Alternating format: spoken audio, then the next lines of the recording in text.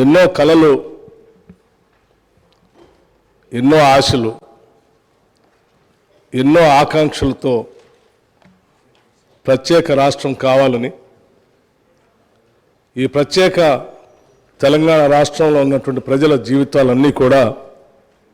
మార్పు చెందాలని, నిధులు, నీళ్లు, నియామకాలు ఆత్మగౌరవంతో కూడినటువంటి తెలంగాణ రాష్ట్రం ఏర్పడాలని, అందులో అందరూ అభివృద్ధి చెందాలనేటువంటి ఆశతో తెచ్చుకున్న తెలంగాణ రాష్ట్రం ఒక దశాబ్ద కాలం పాలన చేసినటువంటి గత ప్రభుత్వం తెచ్చుకున్నటువంటి ఈ తెలంగాణ రాష్ట్ర వనరుల్ని, ఆర్థిక వనరుల్ని, సహజ వనరుల్ని, మానవ వనరుల్ని అన్నింటినీ కూడా అనుకున్న లక్ష్యాల దిశలో నడిపించకపోవడం కన్న కలలన్నీ కూడా కళ్ళలుగానే మిగిలిపోయాయి. ఈరోజు ఆర్థిక పరిస్థితిని ఒకసారి చూస్తే చివరికి రోజువారీ ఖర్చులకు కూడా వేస్ అండ్ మీన్స్ ద్వారానో, ఓడి ద్వారానో డబ్బులు తెచ్చుకొని పాలన చేసుకోవాల్సినటువంటి దుస్థితిలో ఈరోజు ఈ రాష్ట్ర పరిస్థితి ఉంది.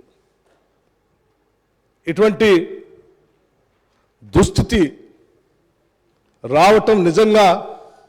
తెలంగాణ ప్రజల యొక్క ఆవేదనని,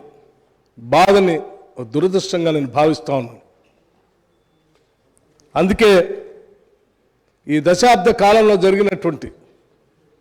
ఆర్థిక అరాచకత్వాన్ని, జరిగినటువంటి తప్పిదాల్ని రాష్ట్ర ప్రజలందరికీ తెలియపరచవలసినటువంటి బాధ్యత, అవసరం. ఈ తెలంగాణ ప్రజల కలలు, ఆశలు, కోరికలు తీర్చాలన్నటువంటి ఆలోచనతో, లక్ష్యంతో తెలంగాణ ఇచ్చినటువంటి కాంగ్రెస్ పార్టీగా మా అందరి ముందు ఉన్నటువంటి బాధ్యతగా మేము భావిస్తూ ఉన్నాం. అందుకోసమే ఈ రాష్ట్ర ప్రజల ఆకాంక్షలను, కోరికల్ని నెరవేర్చడం కోసం ఈరోజు రాష్ట్రంలో ఉన్నటువంటి ఆర్థిక పరిస్థితి ఏంటి, ఇక్కడి నుంచి మనం మొదలు పెడితే మన భవిష్యత్తుని నిర్మాణం చేసుకోవటం కోసం ఏ రకంగా అడుగులు వేయాలి, ఏ రకమైనటువంటి ఆలోచనలు చేసుకోవాలి అని ఈ పవిత్రమైనటువంటి శాసనసభలో వాస్తవ పరిస్థితులన్నింటినీ ఈ సభ దృష్టికి, సభ ద్వారా రాష్ట్ర ప్రజలకు కూడా తెలియజెప్పి ఇక్కడ నుంచి కొత్త జీవితాన్ని, మార్పును కోరుకుంటూ ఒక అద్భుతమైనటువంటి ప్రజలు ఇచ్చినటువంటి తీర్పుకి సహేతుకమైనటువంటి పాలన అందించాలన్నటువంటి ఆలోచనతోనే ఈరోజు ఈ శ్వేతపత్రాన్ని, రాష్ట్ర ఆర్థిక పరిస్థితులపైన ఉన్నటువంటి మొత్తం విషయాల్ని కూలంకషంగా శ్వేతపత్రం రూపేణ ఈ సభలో ప్రవేశపెడుతూ మీ ద్వారా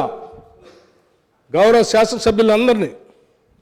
ముఖ్యంగా ప్రతిపక్షాలకు సంబంధించినటువంటి శాసనసభ్యులను కానీ, ఈ సభలో రాష్ట్ర ప్రజల ఆకాంక్షలు నెరవేర్చాలనేటువంటి ఆలోచన కలిగిన ప్రతి సభ్యుడికి తెచ్చుకున్న తెలంగాణ రాష్ట్రం ఈ భారతదేశంలోని అద్భుతమైనటువంటి పురోగతి సాధించడం కోసం మనందరం ప్రయత్నం చేయాలనే ఆలోచన కలిగిన ప్రతి సభ్యుడికి మీ ద్వారా నేను విజ్ఞప్తి చేస్తా ఉన్నాను. మేము ఈ సభలో ప్రవేశపెట్టేటువంటి, ఇచ్చేటువంటి ఈ వైట్ పేపర్ని, శ్వేతపత్రాన్ని సంపూర్ణంగా అవగాహన చేసుకొని, అర్థం చేసుకొని, భవిష్యత్తు కోసం, ఈ రాష్ట్ర ప్రజల అందరి అభివృద్ధి కోసం సహేతుకమైనటువంటి సలహాలు, సూచనలు కూడా ఇస్తారని నేను ఆశిస్తూ ఈ short discussion white paper and finances పైన చర్చ మొదలుపెట్టవలసిందిగా మీ ద్వారా విజ్ఞప్తి చేస్తూ ఉన్నాను. Thank you.